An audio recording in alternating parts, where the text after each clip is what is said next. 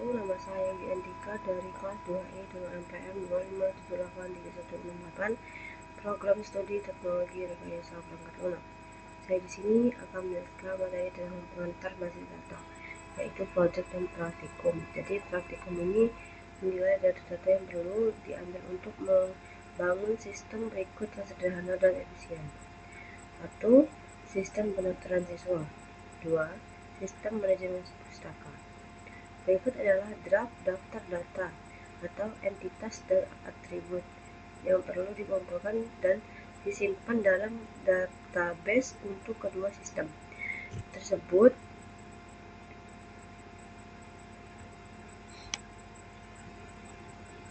Satu, sistem informasi dan pendaftaran online siswa atas sekolah ABC untuk mendukung proses pendaftaran peninjauan dan pembaharuan data secara mandiri oleh siswa. Database harus mencakup kategori berikut. A. Data identitas pribadi siswa, ID pendaftaran atau NISN, nomor identitas unik, nomor lengkap sesuai akta kelahiran, tempat tanggal lahir, jenis kelamin, alamat lengkap, jalan, RT, RW, kelurahan, kecamatan, kota atau kabupaten, kode pos, pas foto digital. B. Data keluarga, orang tua atau wali, nama ayah kandung dan ibu kandung, pekerjaan orang tua, penghasilan bulanan, biasanya untuk keperluan beasiswa atau subsidi, nomor telepon HP aktif untuk kontak darurat dan notifikasi sistem. C. Data akademik sebelumnya, asal sekolah atau SMP atau MTS atau sederajat, foto ijazah dan tahun lulus, nilai rata-rata rapor atau nilai ujian nasional, presentasi non-akademik jika ada.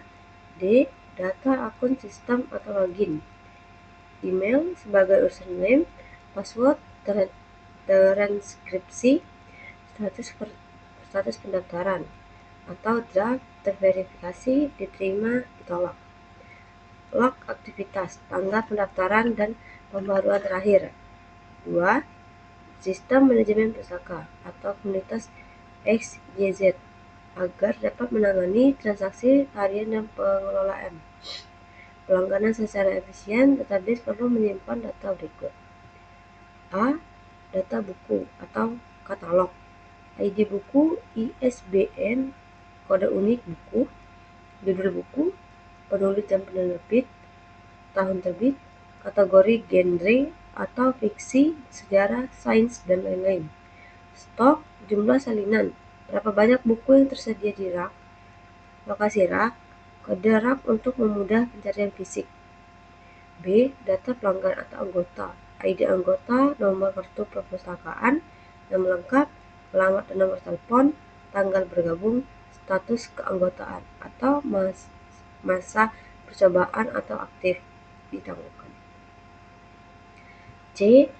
Data transaksi atau peminjaman dan pengembalian, ID transaksi, kode unik setiap aktivitas, ID buku dan ID anggota, menghubungkan siapa, meminjam apa, tanggal peminjaman, batas waktu kembali atau due date, tanggal kembali aktual, status, sedang dipinjam, sudah kembali, terlambat. D. Manajemen denda dan kegiatan, jumlah denda jika ada keterlambatan, status pembayaran denda atau lunas atau belum lunas. Riwayat kerusakan, catat jika buku kembali dalam kondisi rusak.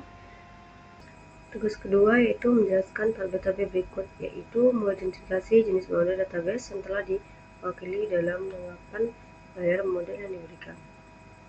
Materi ini membahas bagaimana data dikelola dan dihubungkan secara struktural.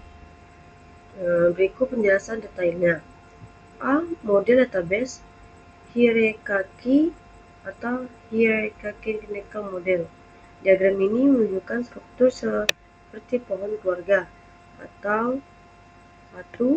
Struktur hubungan one to many atau satu ke banyak, satu induk atau fragment satu induk atau parent bisa punya banyak anak atau child. Tapi setiap anak hanya boleh punya satu induk. Contoh digambar. Exfoliate adalah root dari situ bercabang ke tipe karyawan atau part-time dan lain-lain. Manajer berada di bawah part-time. Ini laku karena tidak seorang manajer juga berstatus kontrak. Model ini sulit menggambarkannya. B. Model database jaringan atau network model. Diagram ini menunjukkan hubungan yang telah kompleks antar kontak. 1.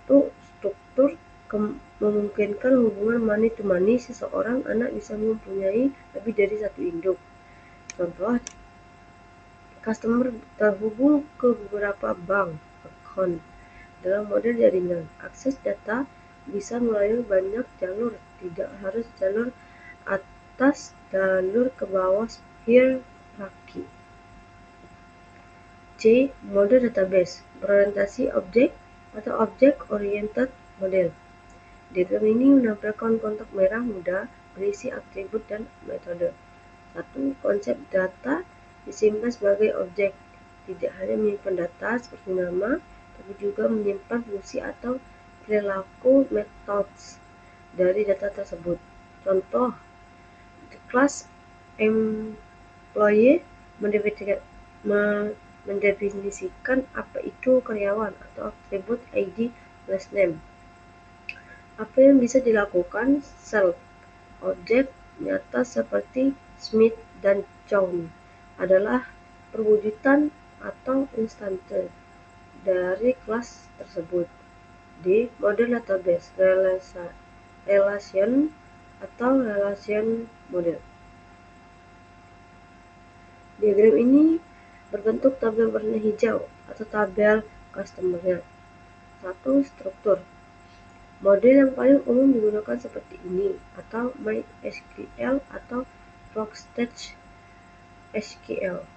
Data disusun dalam baris atau rows dan kolom atau columns. Ciri khas menggunakan kunci unik yaitu primary key seperti account ID untuk membedakan antar data. Hubungan antar tabel diketahui beberapa pencocokan nilai data. Contoh, setiap baris memiliki satu nasabah dengan informasi yang seragam atau ID nama cabang. Database flat file. Diagram ini menunjukkan tabel biru, tabel atau record 1, record 2, dan lain-lain. Struktur ini adalah model paling sederhana. Semua data disimpan dalam satu file tunggal tanpa hubungan yang kompleks dengan file lain, biasanya berupa teks atau file CSV atau Excel sederhana. Kekurangan ini sering terjadi redundansi atau data ganda. Lihat pada record ketiga dan record 4. Nama pengarang Oliver Goldsmith ditulis 2 kali secara manual. Jika data sangat besar, model ini menjadi tidak efisien. Tugas ketiga menjelaskan tentang materi dalam tugas ini membahas tentang persyaratan bisnis atau business requirement dan aturan bisnis atau business rules. Dalam pembuatan database, ini adalah data tahap awal yang sangat krusial agar sistem yang dibangun sesuai dengan kenyataan di lapangan.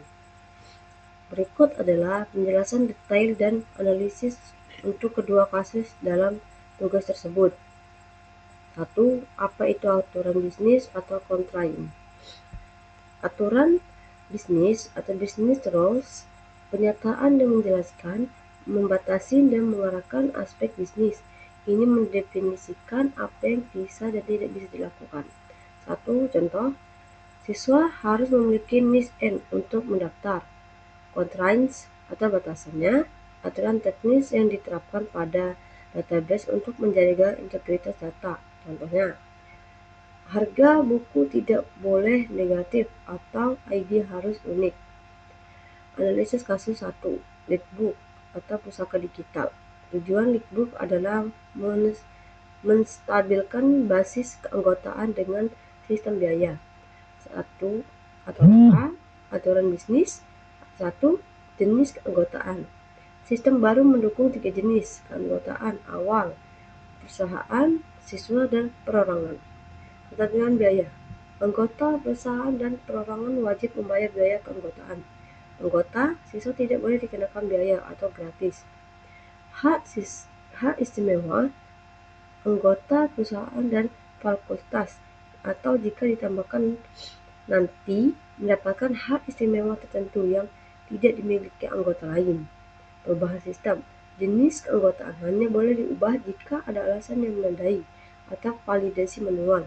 B. Constraint atau batasan data. Data jenis keanggotaan harus dibatasi hanya pada pilihan yang tersedia atau perusahaan, siswa, perorangan. File batasan perubahan wajib diisi jika ada perubahan jenis keanggotaan. Analisis kasus 2.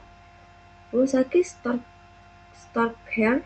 Rumah sakit ini memiliki aturan ketat terkait identifikasi dan kualifikasi tenaga medis. A. Aturan bisnis. Kualifikasi dokter.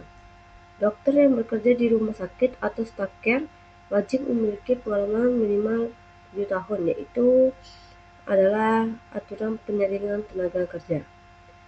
Registrasi pasien. Setiap pasien baru wajib mendaftar pada kunjungan pertama mereka untuk mendapatkan identitas resmi. B. Constraints atau batasan data. Format ID dokter. ID unik dokter harus dimulai dengan awalan huruf DC. Contohnya DC 001, DC 002. Format ID pasien. Nomor pasien unik harus dimulai dengan awalan huruf PT. Contoh PT 001, PT 002. Validasi pengalaman. Database harus menolak input data dokter jika kolom tahun pengalaman bernilai kurang dari 7. Mengapa? Ini penting dalam perancangan database. Dalam SDLC, tahap analisis persyaratan ini mencegah kesalahan fatal. Jika kamu tidak mencatat aturan dokter harus pengalaman 7 tahun minimal, maka sistem mungkin ada mengizinkan input dokter lulusan baru yang namanya melanggar kebijakan rumah sakit tersebut. Oke, segitu aja penjelasan dari saya. Saya akhiri. Wassalamualaikum warahmatullahi wabarakatuh.